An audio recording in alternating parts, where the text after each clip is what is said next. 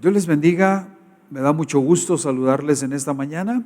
Les invito ahí en sus casas, en la comodidad de sus casas, por favor inclinen su rostro y vamos a hacer una breve oración y vamos a iniciar nuestro estudio bíblico de este día. Padre, te damos gracias por este tiempo que nos concedes, por la salud, por las fuerzas que nos das, por la oportunidad que nos das de escuchar tu palabra en este día.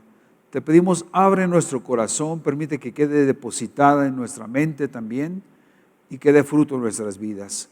Señor, te lo pedimos en el nombre poderoso de nuestro Señor Jesucristo y te damos gracias. Amén. Bueno, estamos viendo Salmos, el libro de los Salmos, y en este día tengo que analizar juntamente contigo el Salmo número 1. Acuérdate que el libro de los Salmos es uno de los libros poéticos de la Biblia. Están 150 salmos ahí depositados, están divididos en 5 libros. Y bueno, cada uno de estos salmos es un mensaje poderoso de la palabra de Dios. Indudablemente que los autores fueron inspirados por el poder del Espíritu Santo para escribir estos poemas. No son con rima como los que se usan en estos poemas, no son en el español, no hay rima, pero sí hay figuras de la literatura hebrea como eventos de comparación y anécdotas que se incluyen en estos salmos. Quiero decirte que la mayor parte de los salmos fueron escritos por David, hay otros por Asaf, también por los hijos de Coré, uno está ahí por Salomón y otro también por Moisés, pero principalmente los salmos son de David. Este salmo es el Salmo número 1 y aunque no se dice que lo escribió David, de todos modos sabemos que este salmo por sus características muy probablemente lo escribió el rey David. Y este salmo contiene todo lo que lleva a la bendición, pero también contiene todo lo que lleva a la maldición. Así es de que bueno, es importante que lo analicemos en este día. Quiero entonces hacerte unas preguntas que son quizá obvias y tú allá en tu casa me vas a estar contestando. Tengo estas preguntas personales muy sencillitas que hasta los niños que estén escuchando esto las van a poder responder. Y bueno, estas son preguntas personales.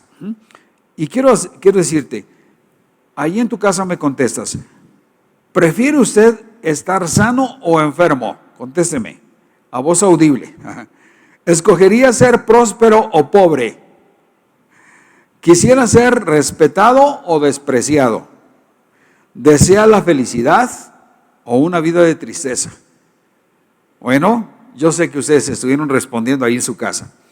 Bueno, para poder tener lo que usted quiere, ¿verdad?, tanto lo malo o lo bueno que haya elegido en sus respuestas, tenemos aquí este salmo que nos va a dar las claves para poderlo lograr. Primero vamos a revisar los 3 primeros versículos que se tratan acerca de la santidad y la dicha de una persona que busca a Dios, de una persona piadosa. Y quiero recordarte entonces este salmo maravilloso que empieza diciendo: bienaventurado el varón que no anduvo en consejo de malos, ni estuvo en camino de pecadores, ni en silla de escarnecedores se ha sentado. Primero, este versículo, el versículo número 1, nos anuncia lo que el bienaventurado no ha hecho. Ahí arriba te anoté, anuncia lo que el bienaventurado no ha hecho. Y entonces empieza diciéndonos: bienaventurado el varón que no anduvo en consejo de malos. Bienaventurado quiere decir perfectamente feliz. Podríamos parafrasear entonces el versículo diciendo: perfectamente felices son los que no andan en consejo de los malos. Fíjate cómo esta literatura va gradual, inicia desde lo más sencillo del camino de los malos a lo más completo, a lo más terrible, y empieza solamente por un escuchar de malos consejos. Y dice aquí la palabra de Dios: bienaventurado, o sea, perfectamente feliz el hombre o la mujer que no escucha malos consejos. Obviamente si hay malos consejos debe haber buenos consejos. Para lograr la felicidad, entonces tú tienes que elegir los consejos buenos, ¿sí? Y desechar todos aquellos consejos que son malos. Un consejo bueno sería: sé íntegro en todas partes donde te encuentres. Un consejo malo, entonces, podría ser: aprovéchate de todas las oportunidades que dice que la vida te da. Si hay necesidad de robar, roba. Si hay necesidad de esconderte o de simular una situación, simula. Esos son consejos malos. Y uno tiene que buscar, para poder lograr la felicidad, los consejos buenos. Dice: bienaventurado el varón que no anduvo en consejo de malos. Andar habla de una situación pasajera, ¿verdad? Como quien escucha caminando, ¿sí? Pero luego aumenta en esta poesía hebrea la situación y dice: ni estuvo en camino de pecadores. Estar quiere decir ya una permanencia más estable, más sólida, que acostumbra a esa persona convivir con los malos en sus consejos y también caminar en ellos, ¿sí? Y bueno, esto ya es más grave, ¿sí? Él anuncia, acuérdate, el bienaventurado no tiene por qué estar caminando en esos caminos. Si tú estás caminando con borrachos, vas a terminar siendo un alcohólico. Si tú caminas con drogadictos, vas a terminar consumiendo drogas. Si tú estás en un lugar donde se está blasfemando, tarde o temprano vas a ser también un blasfemo. Esos son los caminos del mal. Pero al final termina lo más terrible. Dice: bienaventurado el que no se ha sentado en silla de escarnecedores. ¿Qué quiere decir un escarnecedor? Un escarnecedor es alguien que se burla de otra persona o que se burla de Dios. Y esto es algo muy grave, porque inicia quizá con consejitos, ¿verdad? Escuchando consejos de los malos, después pasa a caminar en el camino de los malos y termina burlándose de Dios y de sus principios y burlándose también de sus prójimos. Esa silla de escarnecedores podríamos decir que es lo máximo de la impureza, de la maldad y de la violencia. Ahí están estos hombres, ¿ah? Y estos hombres, claro que no van a conseguir la felicidad, como vamos a ver también en el desarrollo del Salmo. Yo quise recordar algún testimonio de un hombre escarnecedor. Lo leí hace mucho tiempo. En Inglaterra, en Londres, había un hombre que acostumbraba burlarse de Dios, ¿sí? Y salía de su casa con su caballo, llamando la atención en el pueblo, ¿verdad? Y llegaba al centro de su población, de su pueblo, y empezaba a burlarse de Dios y decía: si existe Dios, y si ustedes van a ser testigos de que si existe Dios, que me mate en este mismo momento con un rayo, desafiando a Dios. Este hombre lo hacía constantemente. Todo el pueblo sabía que era un hombre perdido, un hombre rebelde, pero no solamente había escuchado malos consejos, caminaba en el camino de los malos, sino que ya se había convertido en un escarnecedor. Como a lo mejor tú conoces a alguna persona en esta condición, que desafían a Dios. Y así lo estuvo haciendo todas las tardes. Después de su trabajo tomaba su caballo, se iba desde su casa hasta el centro del pueblo y desafiaba a Dios y decía: si existe Dios, que me caiga un rayo en este momento, a ver si es cierto. Y bueno, aparentemente había tapado los ojos de Dios o del Dios de los demás, pero estas cosas tomaron un curso diferente. Uno de esos días en que él salió para desafiar a Dios, Dios no mandó un rayo, mandó algo más chiquitito, ¿sí? Mandó un mosco que se le metió, mientras él hacía esto, se le metió en su oído y le inyectó ahí unas cuantas bacterias, ¿sí? Entonces él se sacudió su oído, se regresó otra vez, el rayo no cayó, pero esas bacterias que introdujo el Señor a través de ese pequeño mosco empezaron a podrir su oído. Después el tipo apareció con un parche y con mucho dolor en su oído, pero desafiando a Dios. Al término de los días, para no hacértela más larga, el tipo se murió porque su cerebro se empezó a pudrir. La infección empezó a carcomer sus tejidos hasta que llegó hasta donde estaba su cerebro y se pudrió en tremendos dolores de su cabeza. La lección es que nadie se puede burlar de Dios. Dios, claro que no iba a cumplir su capricho de mandarle un rayo. Mandó algo muy sencillito, muy chiquito, para ponerlo en orden. De Dios nadie se burla, ¿sí? Así es de que yo creo que es importante que nosotros tomemos en cuenta esto. No iniciemos en el camino de los malos, no caminemos con los pecadores, mucho más, no nos sentemos, ¿verdad?, en la silla de los escarnecedores. Bueno, ahora quiero decirte que el versículo número 2 trae lo contrario. Anuncia lo que el bienaventurado sí hace. Ajá.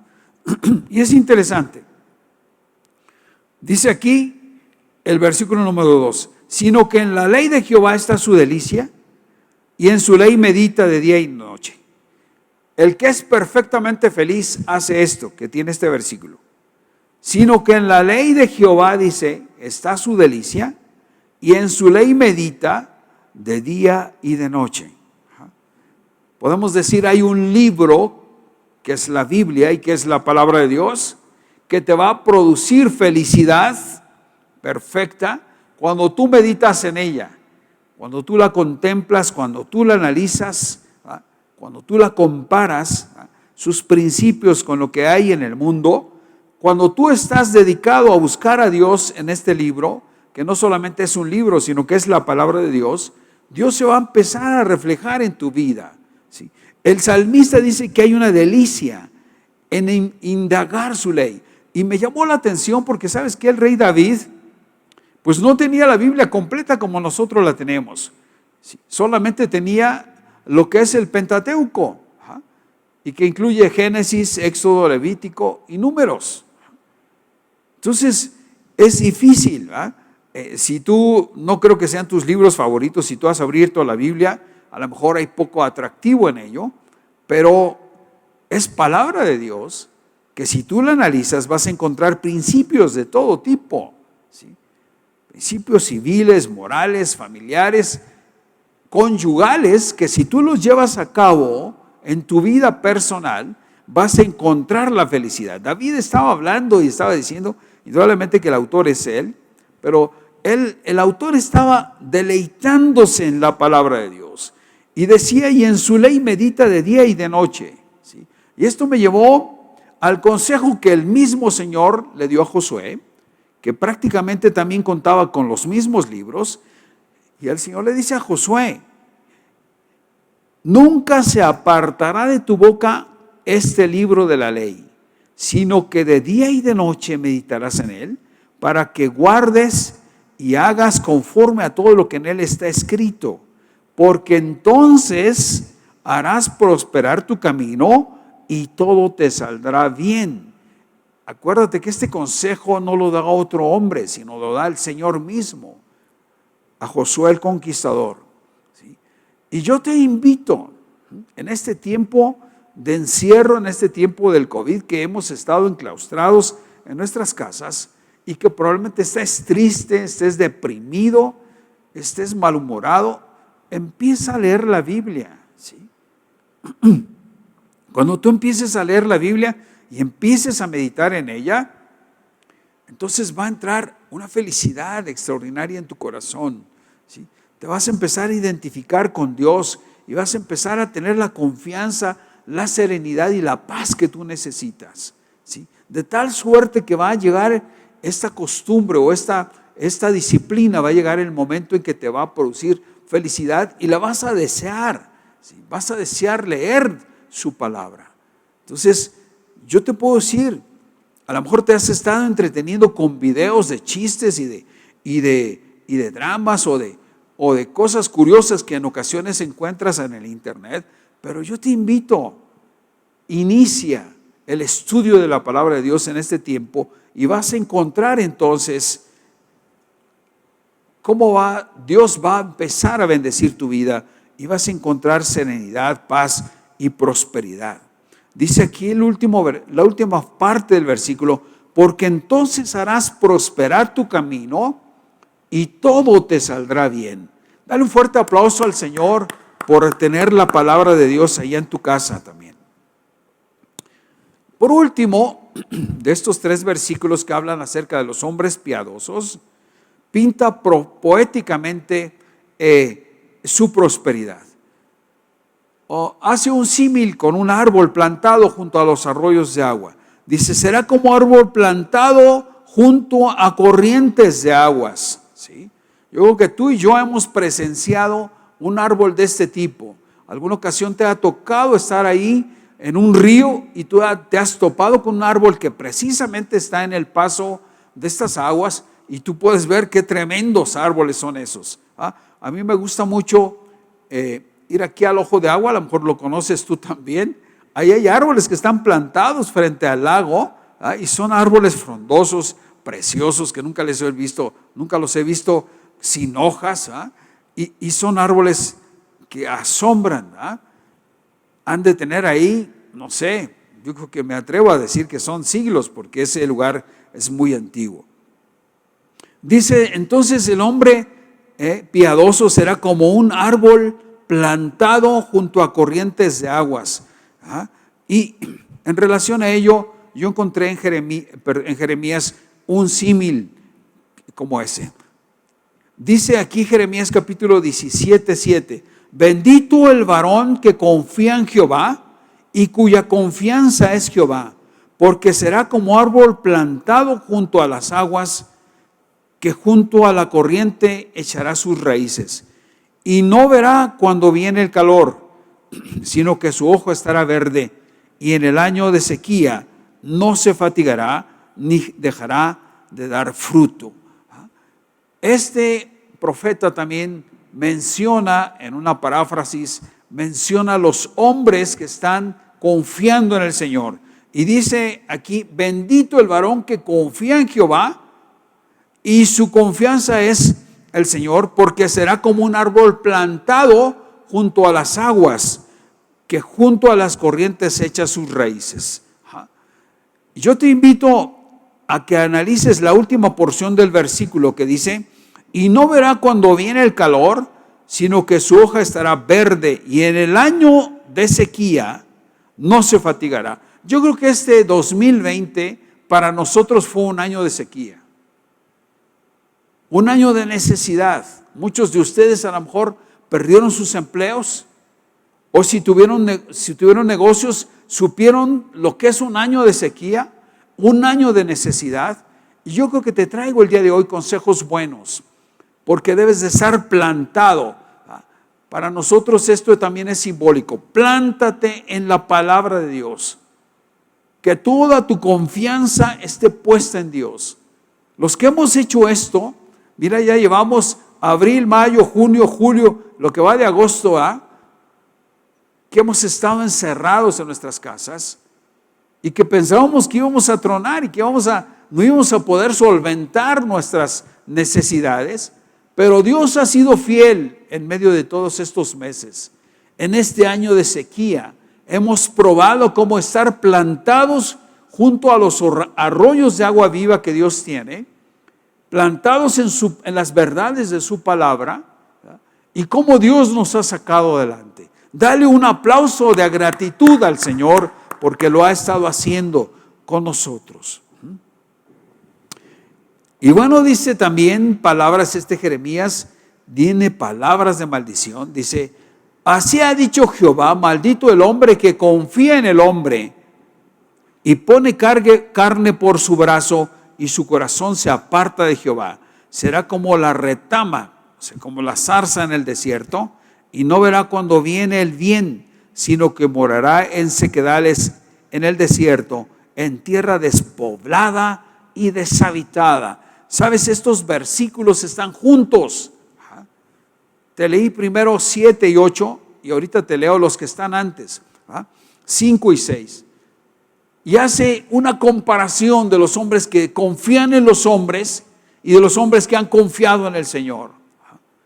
A diferencia de los que han confiado en el Señor, que son como árboles plantados junto a arroyos de agua, los hombres que han confiado en los hombres serán como la zarza.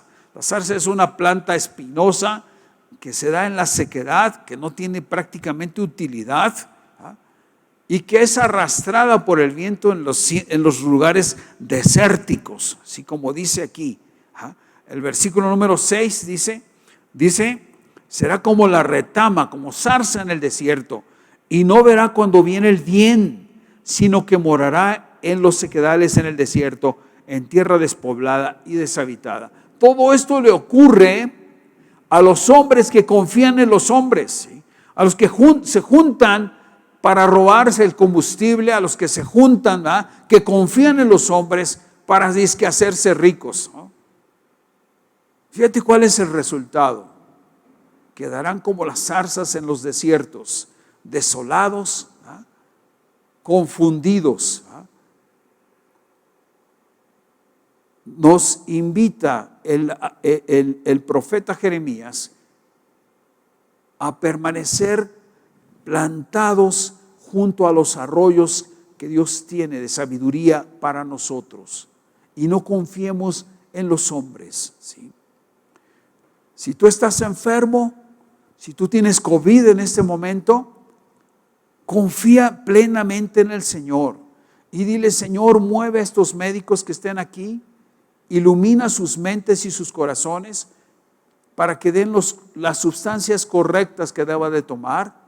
Pero definitivamente tu confianza no esté en la sabiduría de los médicos, tu confianza esté puesta en Dios. ¿Estás de acuerdo? Si tú estás pasando por necesidades económicas, tu confianza no esté puesta en el gerente o en el amigo político que está bien relacionado, tu confianza esté puesta en el Señor. Porque dice la palabra de Dios que acabamos de leer: maldito el hombre que confía en el hombre. Dios puede usar los hombres, Dios puede usar las medicinas, pero tu confianza no esté puesta en ello, tu confianza esté puesta en Dios. Dale un aplauso al Señor por su fidelidad y por su grandeza. Qué cosas tan hermosas estamos viendo en este salmo.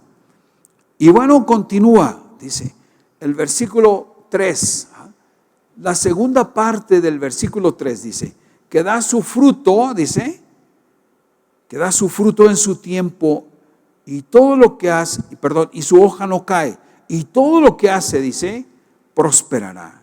Salmo 1:3. Será como árbol plantado junto a arroyos de agua, que da su fruto en su tiempo, y su hoja no cae, y todo lo que hace, dice, prosperará, dice este versículo 3. Mira, un árbol da un fruto, ¿sí? Por lo regular, los árboles no se comen sus propios frutos. Los frutos los ofrecen para los demás, ¿sí? Entonces, un manzano no se come las manzanas, las ofrece para los demás, las expone, las pone a la vista. Un durazno hace lo mismo, expone sus duraznos, los ofrece para alimentar a los demás. ¿Sí? Permanecen en él cierto tiempo, como hermoseándolo, pero el fin último es alimentar, beneficiar a los otros. Así debemos de ser los hombres. No solamente debemos de ser hombres hermosos para nosotros mismos, y que eso lo digan los contrarios, o que lo digan de alguna manera los demás, que no lo digamos nosotros. Si tú eres sabio en algo, si tú tienes habilidades para ser un buen carpintero, que tus habilidades sirvan a los demás. Si tú eres un herrero, que tus habilidades sirvan para servicio de los demás. Y yo me quisiera detener un momento aquí. Dice aquí el versículo que su fruto, dice que da su fruto a su tiempo y su hoja no cae. ¿Cuál es el fruto que tú tienes en la actualidad? ¿Cuál es el fruto que tú estás dando a los demás?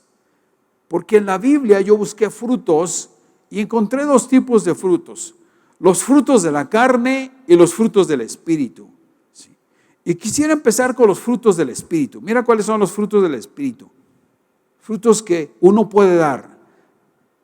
Es el amor, gozo, paz, paciencia, benignidad, bondad, fe, mansedumbre, templanza. Contra tales cosas no hay ley. Pero los que son de Cristo han crucificado la carne con sus pasiones y deseos. Si vivimos por el Espíritu, andemos también por el Espíritu. Yo espero que en este tipo de pandemia, en este tipo especial que estamos pasando, tus frutos sean de amor, de gozo, de paz, de paciencia, de benignidad. Benignidad significa hacer el bien a los demás. Y bondad, mansedumbre, templanza. ¿Sí? Yo espero que tú practiques esto. Como cristiano, que lo hagas.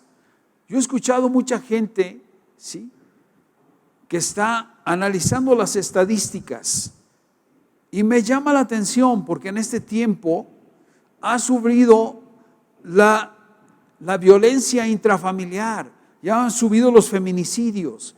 ¿Y qué me indica esto?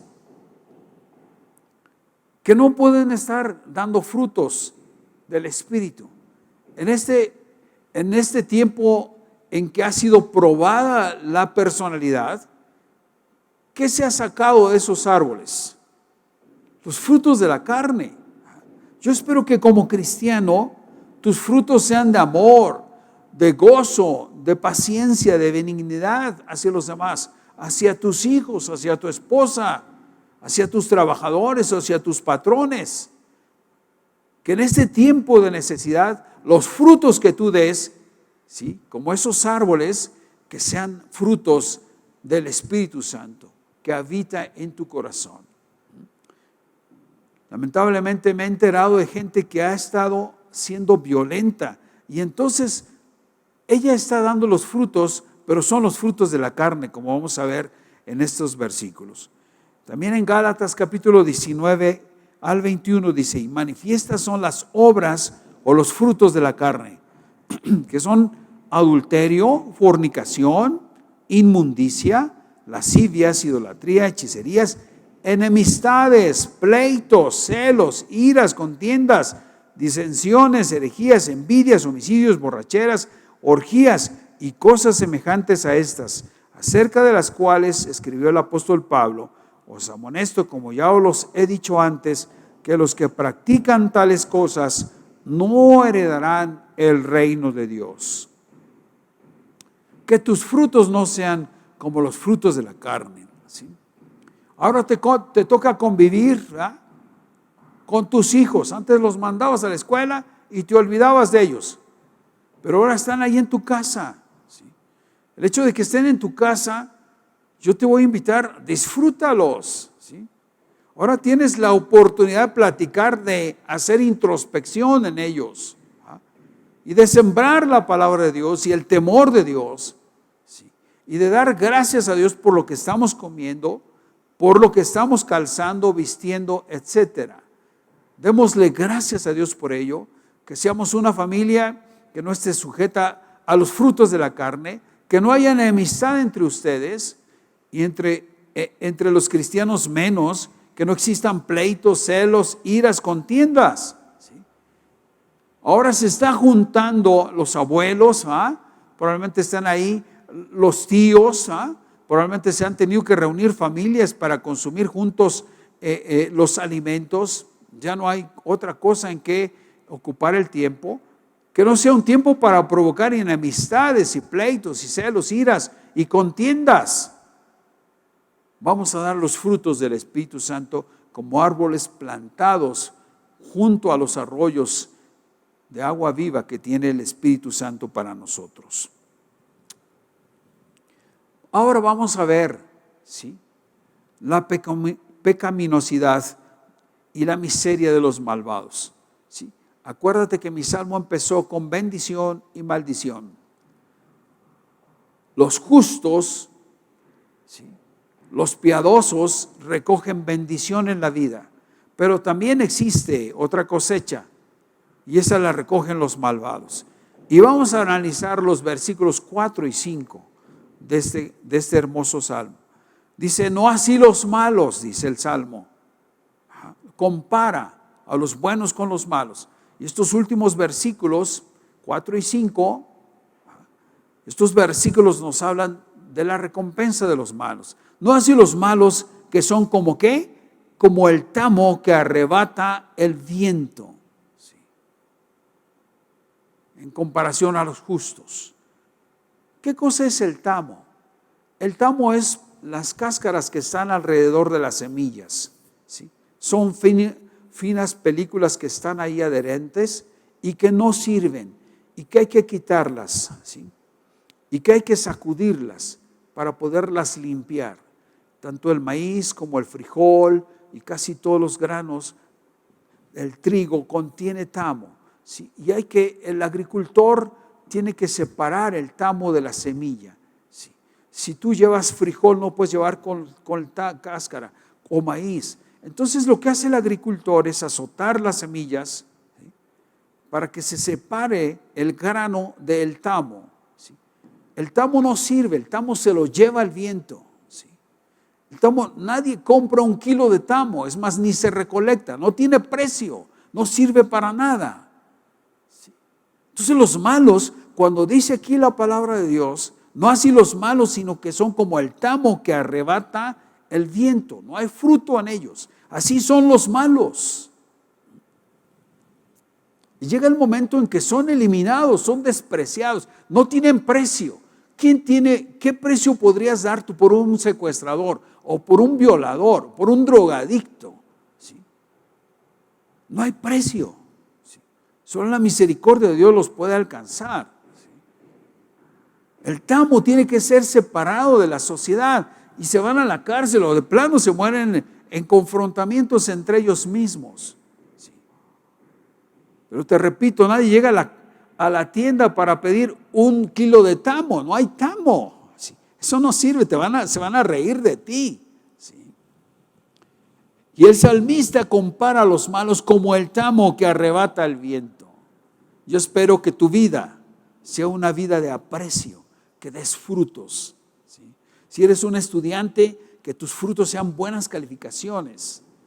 Si eres un obrero, que tu fruto sea un buen trabajo, que seas un buen empleado, un buen trabajador. ¿Sí? Que se pueda hablar bien de ti, que eres puntual, que eres correcto, ¿sí? En todo lo que tú haces. ¿Sí? Y todos los demás, si eres una ama de casa, que sea una ama de casa decente, una ama de casa limpia, que tenga su casa en orden. Si tú eres un hombre trabajador, que llegue no para champar a la familia, hey, ya vino el trabajador, trátenme bien. No. Que seas un hombre pacífico, amable, que estés dispuesto a ser bondadoso con los demás. Si traes dinero en la bolsa de la quincena, que estés dispuesto a pagar todos los gastos de la casa sin reclamos y sin recriminaciones. ¿Sí? Tú tienes que ser bueno. Aquí en este salmo encontramos a las dos personalidades. Te decía yo al principio, la poesía hebrea no usa perfectamente la rima, sino hace figuras de comparación. Y qué hermosas figuras encontramos en este salmo. Y sigue el versículo número 5, dice, por tanto no se levantarán los malos en el juicio, ni los pecadores en la congregación de los justos. La primera parte del versículo dice, por tanto no se levantarán los malos en el juicio. O sea, no hay nada que llevar al juicio. Están totalmente descalificados. No tienen por qué argumentar algo en el juicio. No tienen por qué levantar su cuello en el juicio. Y dice la segunda parte, ni los pecadores en la congregación de los justos, menos todavía. ¿Sí? Recuérdate que en el arrebato de la iglesia, los que nos vamos a ir con Cristo somos los justos. Ahí no va a haber ningún injusto. ¿Sí? Los injustos y los pecadores se van a quedar en esta tierra. Y va a haber un momento en que serán juzgados ante el gran trono blanco después del milenio. ¿Sí? Pero durante todo ese tiempo empezarán a ser atormentados hasta que sean sacados de ese lugar para presentarse ante el juicio del Padre Celestial, para ser lanzados eternamente al infierno. Oh, qué terrible es esto. Yo espero verte en el arrebato de la iglesia. Amén, gloria a Dios. Dale un fuerte aplauso al Señor por la sabiduría de su palabra. ¿Sí? Y bueno, por último, quiero revisar el versículo número 6. Bueno, antes vamos a leer esta cita de 1 Juan capítulo 2, 19. Los hipócritas no se van a poder ocultar. Salieron de nosotros, pero no eran de nosotros, porque si hubiesen sido de nosotros, habrían permanecido con nosotros. Pero salieron para que se manifestase que no todos son de nosotros. ¿Por qué traje esta cita bíblica? Parece ser que está fuera de contexto, pero no es así. ¿Sí? Esta cita la traje porque hay mucha gente que está simulando cosas que no son. Y que está ahí en su casa, está ahí en el trabajo, está en la comunidad de la iglesia incluso, viviendo una vida doble. Aquí se comporta de una manera, pero allá afuera se comporta de otra forma. ¿Sí?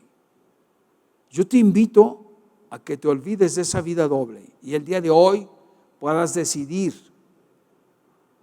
llevar una vida piadosa, una vida de búsqueda de Dios. Porque los hipócritas van a ser desechados en el juicio. ¿Sí? Salieron de nosotros, dice el versículo, pero no eran de nosotros, porque si hubiesen sido de nosotros, habrían permanecido con nosotros, pero salieron para que se manifestase que no todos son de nosotros. Muchos de ellos van a salir en este tiempo de la iglesia, pero si no salen en este tiempo, de todos modos, van a ser desenmascarados en el día del juicio. Qué terrible será esto. Y por último, el fundamento y la razón de ambos casos se encuentra en este versículo y es el último. Veámoslo. Porque Jehová, dice, conoce el camino de los justos, mas la senda de los malos, ¿qué? Perecerá. Y esto nos llama a una búsqueda de Dios en lo secreto, en lo íntimo. Aparentemente tú cuando estás ahí en tu habitación, nadie te ve, tú puedes hacer ahora sí lo que tú quieras, pero el Señor puede saber con exactitud, ¿sí?, todo lo que tú estás haciendo, ¿sí?, porque Él dice este salmo, Él conoce el camino de los justos, ¿sí? Si tú estás sufriendo ahí en lo secreto, si tú estás pasando penurias, escasez, el Señor conoce tu camino. Y yo te invito a que tu camino sea de acuerdo a su voluntad, porque si es así, entonces el Señor va a prestarte auxilio en el momento de necesidad. Si tú tienes necesidad en lo secreto de tu recámara, puedes clamar a Dios. Él conoce tu camino. Si tú estás sufriendo injusticias, puedes llevar también tu caso ante los pies del Señor y decirle, Señor, esto es una justicia lo que me están haciendo. Y el Señor conoce tu camino y va a estar contigo. Hay una gran satisfacción para aquellos que se portan bien y que son piadosos, porque el Señor conoce nuestro camino. Quizá tengan miedo de Dios los que se están comportando mal y no quisieran que Dios registrara, que tomara video de lo que están haciendo. Pero los que están en el camino de la justicia, buscando a Dios, debemos de tener ese consuelo de que los ojos de Dios están puestos sobre nosotros. Oh, yo quisiera que repitieses esta frase después de mí. Los ojos de Dios están puestos sobre nosotros. Te escucho a ti. Los ojos de Dios están puestos sobre nosotros. Oh, es hermoso, ¿no te parece? Dale un aplauso al Señor. Aleluya. Y termina el versículo diciéndonos ahí, mas la senda, ¿qué dice ahí? De los malos perecerá. Bendición y maldición. Todo el Salmo hace una comparación de ambas cosas. Yo espero que tú escojas el camino de los justos, el camino de la bendición. Deseches el camino de los malos. Deseches el camino de los escarnecedores, porque es un camino de maldición. Doy gracias a Dios porque has escuchado hasta este momento y te invito, cierra tus ojos, vamos a dar gracias. Padre, te damos gracias por tu palabra en este día. Señor, muchas gracias en este tiempo que hemos quizá estado tristes, encerrados en nuestras casas. Te pedimos que tu presencia esté con nosotros. Prometemos abrir nuestras Biblias todos los días para poder deleitarnos en tu palabra. Sabemos que meditando en ella encontraremos satisfacción.